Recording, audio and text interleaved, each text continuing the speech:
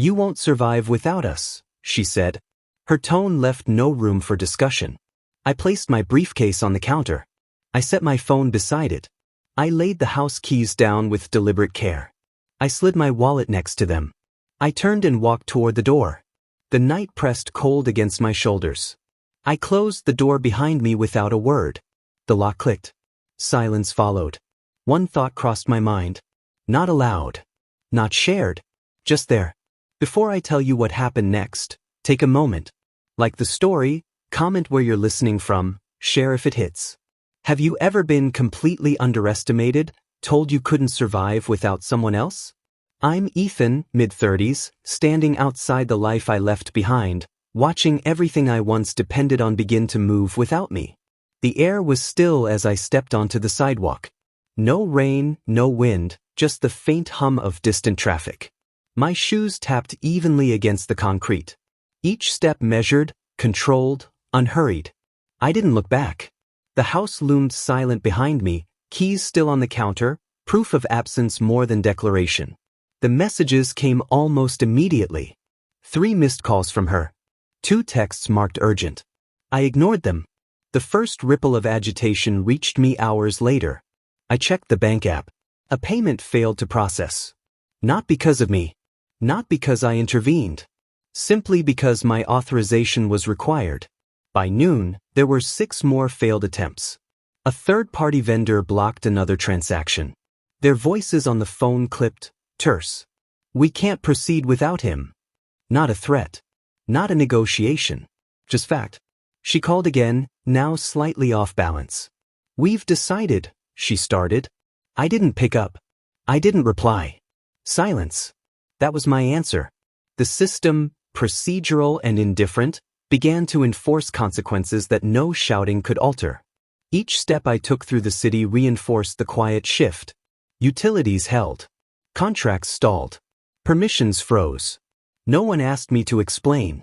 No one tried to plead. They were beginning to learn something they had never considered. Control is procedural, not personal. By evening, the first significant disruption hit. A delivery scheduled for the morning was canceled. Confirmation emails bounced. Automated alerts confirmed the block. The antagonist's certainty faltered subtly in her voice. "We can't complete this without him," she muttered to a colleague. Not a demand. A statement of fact. I walked past a cafe. People moved around me, oblivious. The small hum of life continued. My phone buzzed. Ignored. Another reminder. Absence is a presence that cannot be negotiated. I stopped at a crosswalk, watching the traffic lights change. My actions were minimal. My choices deliberate. Every physical movement had already spoken more than any words could. Each door closed behind me echoed a system beginning to operate on its own, independent of her insistence, her certainty. By nightfall, the house's interior was empty in more than presence. Missed calls, blocked authorizations, delayed deliveries, all building quietly, inexorably. Each failed attempt was a demonstration of silent authority. She assumed she still held power. She didn't. Not yet. But the structures she relied on were beginning to speak without me. I found a hotel, checked in with my ID and card. Precise. No explanations. No engagement. The front desk processed every step as expected, procedural. I sat on the edge of the bed, eyes on the city lights. The world kept moving. And yet, what had moved depended entirely on my absence. The phone buzzed again. Texts, voicemails, one after another. "We can handle this ourselves. You're needed here. It won't work without you." All ignored. I placed the device on the nightstand, screen up. Not mine to manage now. Not today. Before sleep, I opened the hotel room window slightly. Cool air entered. I didn't think about them. I didn't imagine their frustration. I let it exist. A system in motion. Consequences without confrontation. Silent, procedural authority settling like dust in the room. By midnight, I had not interacted with anyone. Notifications piled. Permissions failed. Contracts stalled. Money transfers hung. Deliveries canceled. Her certainty eroded into caution. Not visible to her, but inevitable in the system surrounding her. The final physical act before rest. My briefcase zipped, wallet inside, phone untouched. Keys already distant. Everything I had left behind began to function, or fail, without me. One subtle line lingered in my mind. The system moved, she assumed she controlled it, yet control had shifted silently, coldly. Morning arrived without announcement. No alarm. No voices. The city outside the hotel window moved on schedule, indifferent to what had stalled elsewhere. I dressed, checked out, and signed nothing. Receipt emailed. Card approved. The transaction closed cleanly. Outside, the sidewalk was already busy. People with coffee cups. Delivery trucks double parked. Doors opening on time. Systems that didn't need me continued without hesitation. I walked 3 blocks before my phone vibrated. I didn't look at the screen. I crossed the street instead. At a cafe on the corner, I ordered black coffee. No small talk. The terminal chirped approval. I stepped aside and waited. When the cup slid across the counter, I picked it up and left. The entire exchange took less than a minute. Authority felt lighter when it wasn't contested. The first voicemail came through anyway. Certain. We need you back today. I deleted it. At 10:30, the second contact attempt arrived from a different number. An office line. Familiar. Their accountant. The call rang until it stopped. Minutes later, an email followed. Subject neutral. Language clipped. A routine filing hadn't processed. Signature missing.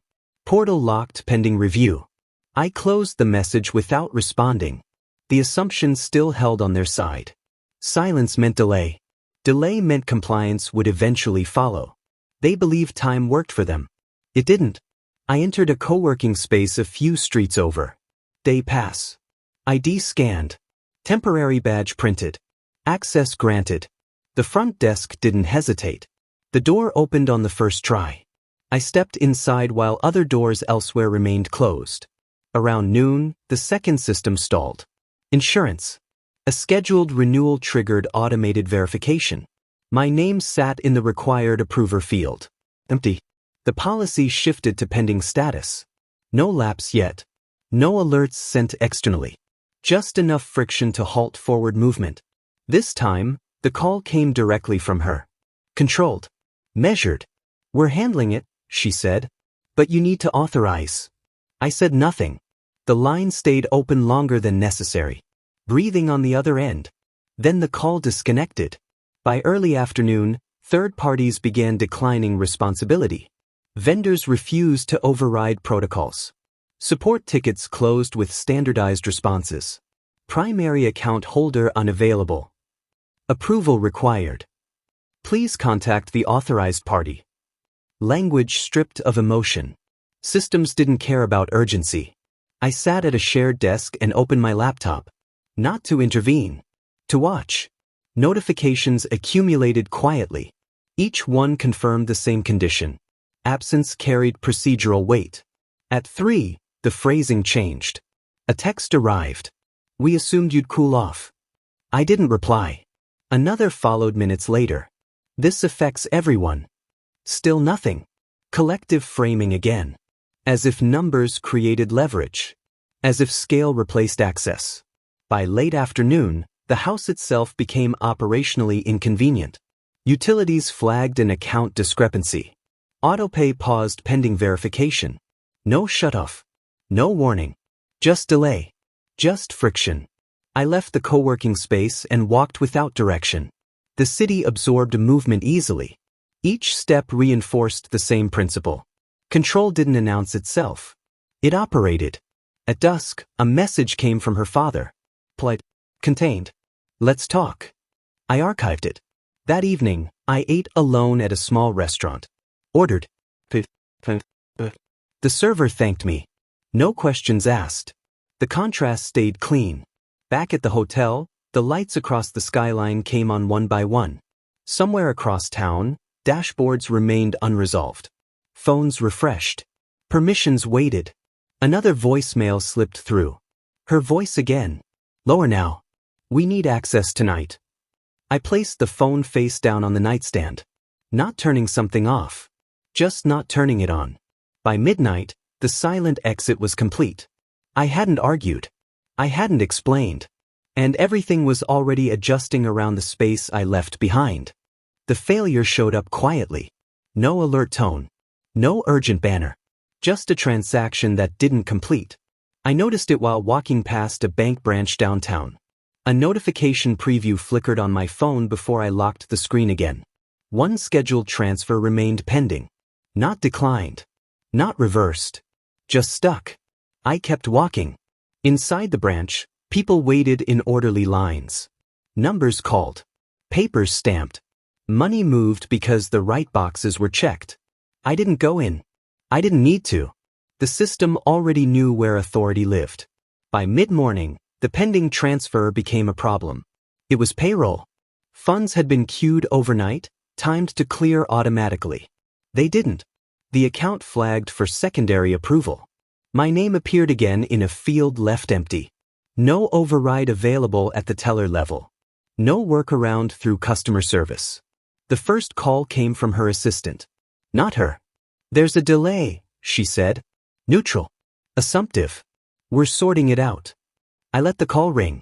An hour later, an email arrived marked high priority. Short sentences. No greeting. A reminder of deadlines. A suggestion that I log in and resolve it. I closed the app.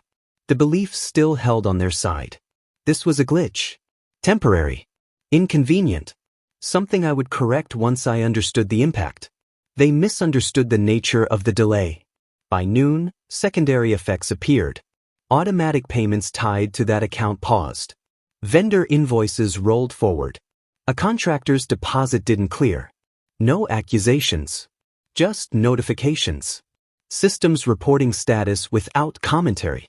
I sat on a bench outside a courthouse and watched people move in and out. Security badges. Clipboards. Briefcases. Access was visible when you knew how to read it. The phone vibrated again. This time it was her. Short voicemail. This is affecting operations. No command. No insult. Just a statement. I didn't respond. At 1:30, a third-party payroll service sent an automated message. Processing incomplete. Funds unavailable. Please contact the account owner. Not me by name. The account owner. Language mattered. By mid-afternoon, the tone shifted further. A text came through. We assumed the bank could push it through. Assumed. Another followed minutes later. They won't. I placed the phone back in my pocket. Across town, people waited for deposits that didn't arrive. HR couldn't explain why. Accounting couldn't authorize a fix. Support lines repeated the same phrase. Approval required. No one blamed me out loud. I walked into a public library and sat at a long table. Opened my laptop. Not to intervene. To confirm. Dashboards showed yellow indicators where green usually sat.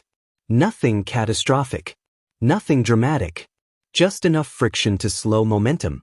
At 4, her certainty compressed into something smaller. Another voicemail. Can you at least confirm you're seeing this? I didn't answer. By early evening, escalation attempts began. She looped in her brother. Then her father again. Messages arrived with softer subject lines. Checking in. Need clarity. Time sensitive. None of them contained authority. They contained expectation. That expectation went unmet. At dinner, I paid with a different card. It cleared immediately. Receipt printed.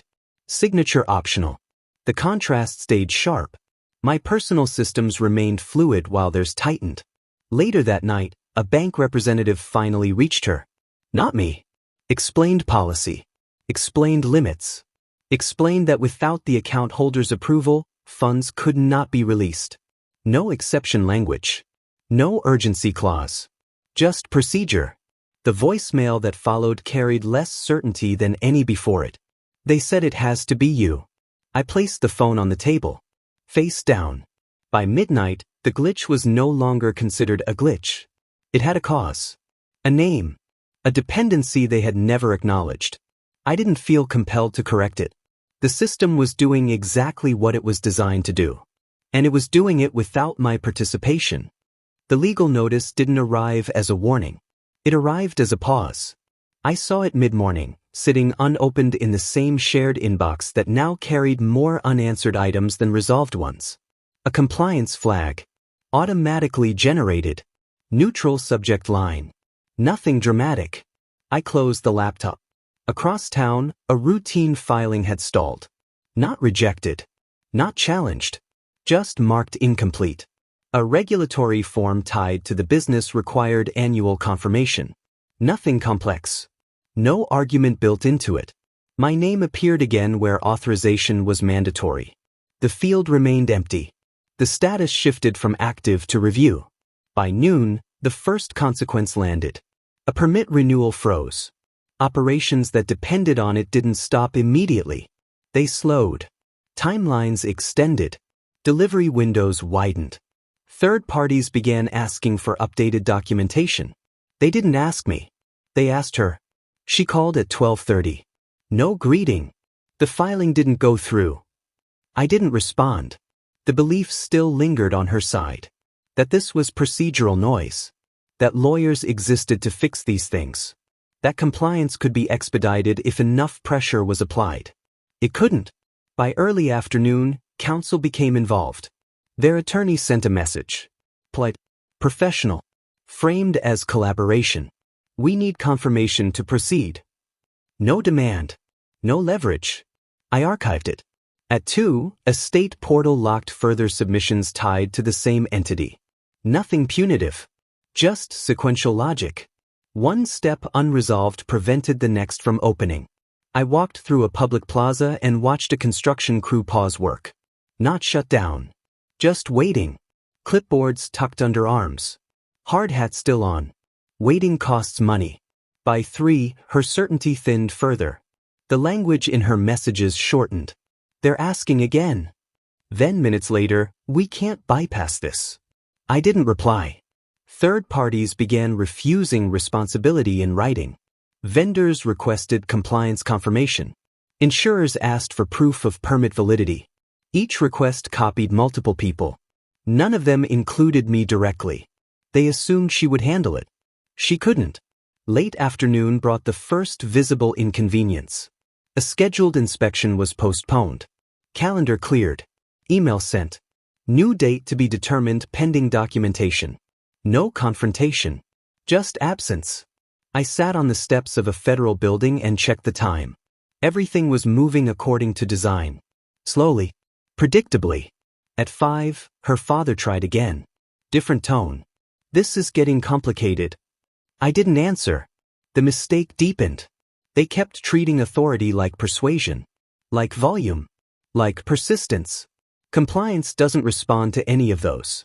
That evening, a final notice went out internally. Review period extended. Certain activities temporarily restricted pending confirmation. Temporary had weight. I ate dinner early. The city continued its routines.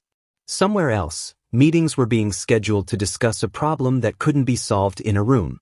At 9, the voicemail came with fewer words than before. We need your approval. No timeline. No framing. Just need.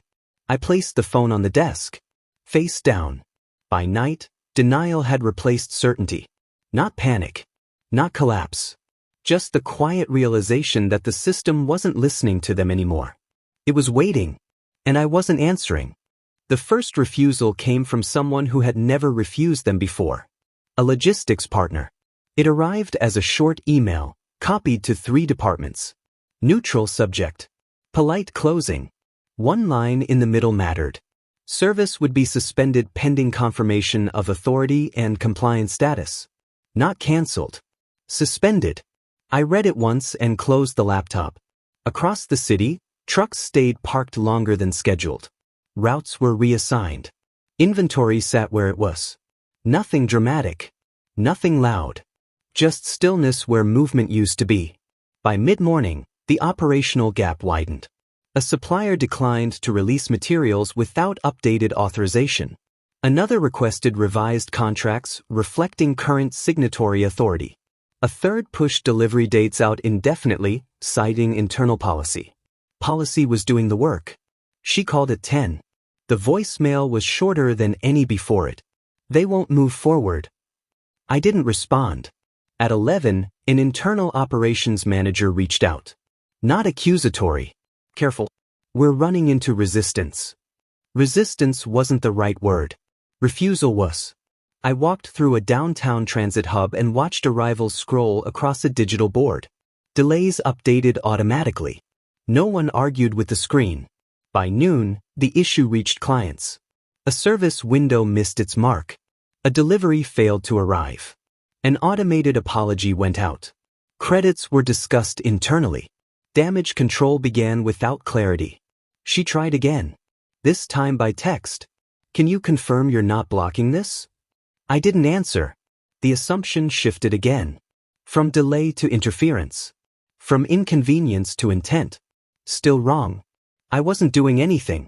At 1:30, a third-party compliance auditor paused an ongoing review. Not hostile. Procedural. The operational disruptions triggered a requirement for verification. Work stopped until documentation cleared. That documentation required me. By mid-afternoon, the language changed completely. No commands. No assumptions. Just statements of consequence. They're pulling back. Operations are slowing. We're losing windows. I remained unavailable. Vendors began protecting themselves. Clauses were cited. Force majeure discussed quietly. No one raised their voice. No one needed to. At 4, a client requested escalation. Their message bypassed her entirely and landed with legal. Legal redirected it back with a single response. Pending authorization. I watched the sun drop between buildings. The fracture wasn't emotional. It was logistical. That evening, a meeting was held without me. I wasn't invited. Minutes circulated later. Words like risk, exposure, continuity appeared repeatedly. My name appeared only once. In a sentence that ended with unavailable. She called again. No voicemail this time. Just a missed call. Then a message from her father. Different now. We didn't expect this. Expectation had been their leverage. It no longer applied. At dinner, I paid with my card. It cleared instantly. Receipt printed. Signature optional. The contrast remained precise. Late that night, a final operational notice went out. Certain services would remain suspended until authority issues were resolved. No timeline given. No workaround offered. I placed my phone on the table. Face down. By the end of the day, the fracture was complete. Not collapse. Not panic. Just a system no longer willing to move forward without the person they had dismissed. I hadn't spoken. I hadn't explained. And the consequences had finished escalating on their own. The shift didn't arrive with urgency. It arrived with caution. I noticed it in the spacing between messages. Longer pauses. Softer openings. Fewer assumptions embedded in the language. The systems hadn't changed. The people using them had. The first call that morning came from a number I hadn't seen before. I let it ring. A minute later, a voicemail followed. Careful. Measured.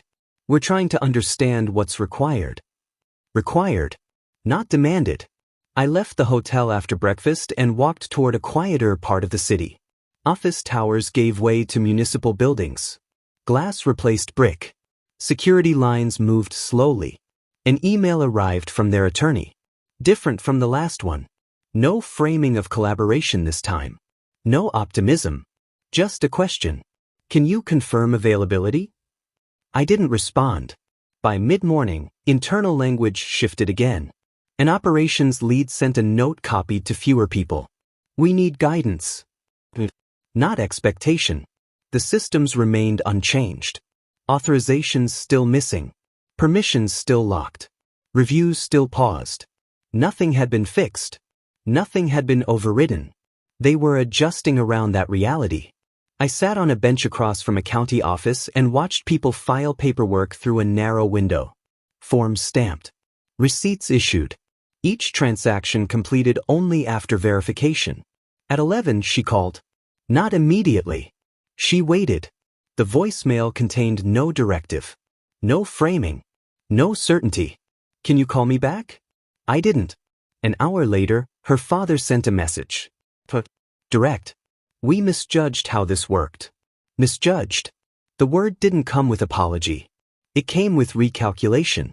By early afternoon, the dependency was acknowledged openly.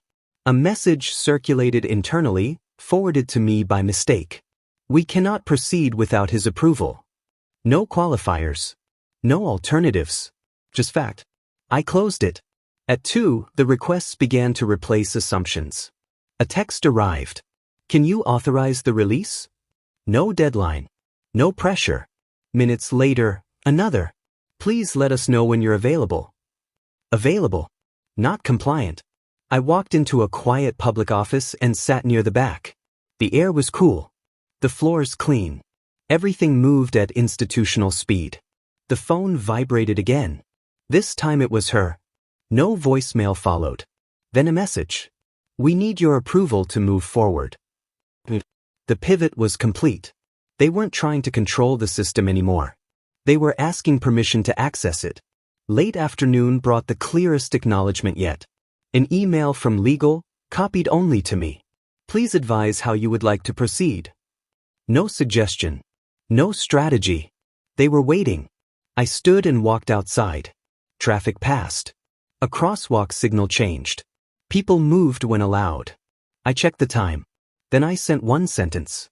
I'll review it when access is restored under my terms. Nothing else. No explanation. No justification. The response was immediate. Understood. No follow-up. No challenge. By evening, the request slowed. Not because the problems were resolved. Because they were waiting for direction. The systems remained paused. The authority was no longer questioned. It had been recognized. I returned to the hotel as the city lights came on. Somewhere across town, dashboard stayed unresolved by choice this time. Not neglect. I placed the phone on the desk. Face up. Nothing else arrived that night. They had stopped assuming. They had started waiting. The paperwork didn't arrive all at once. It arrived in sequence. Forms. Requests. Access confirmations. Each one routed through the same channel now. I reviewed them without urgency. Not slowly. Not carefully. Just in order. The first document restored signatory authority. A digital packet requiring identity verification. Two-factor confirmation. Timestamp recorded. No commentary attached. I approved it. The system updated immediately. A second request followed. Account permissions. Scope limited. Duration defined. I adjusted one field before submitting. Access narrowed. No explanation sent. By mid-morning, dashboards changed color. Yellow cleared to green in some places. Others remained paused. Exactly as configured. An operations lead sent a confirmation email. One line. We see the update. I didn't respond. Next came compliance. The regulatory filing reopened automatically once authorization was restored. No manual intervention. No follow-up call. The portal accepted the submission and issued a receipt. Time stamped. Filed. At noon, logistics resumed selectively. One route released. Another stayed suspended. Vendors followed the updated permissions without question. Their systems synced to mine. No meeting required. A contract amendment populated in my inbox. Pre-filled. Marked urgent by their standards. I edited the execution clause. Save. The version number increment. Nothing else happened. That was the point. By early afternoon, payroll cleared. Funds released in batches. Notifications sent automatically. No announcement made. Employees saw deposits. HR exhaled somewhere. I remained out of it. Her name appeared once in a CC line. Nowhere else.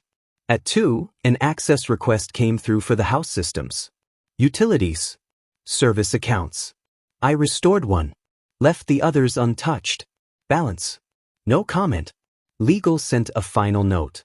Confirming resolution. I archived it. The systems didn't celebrate. They stabilized.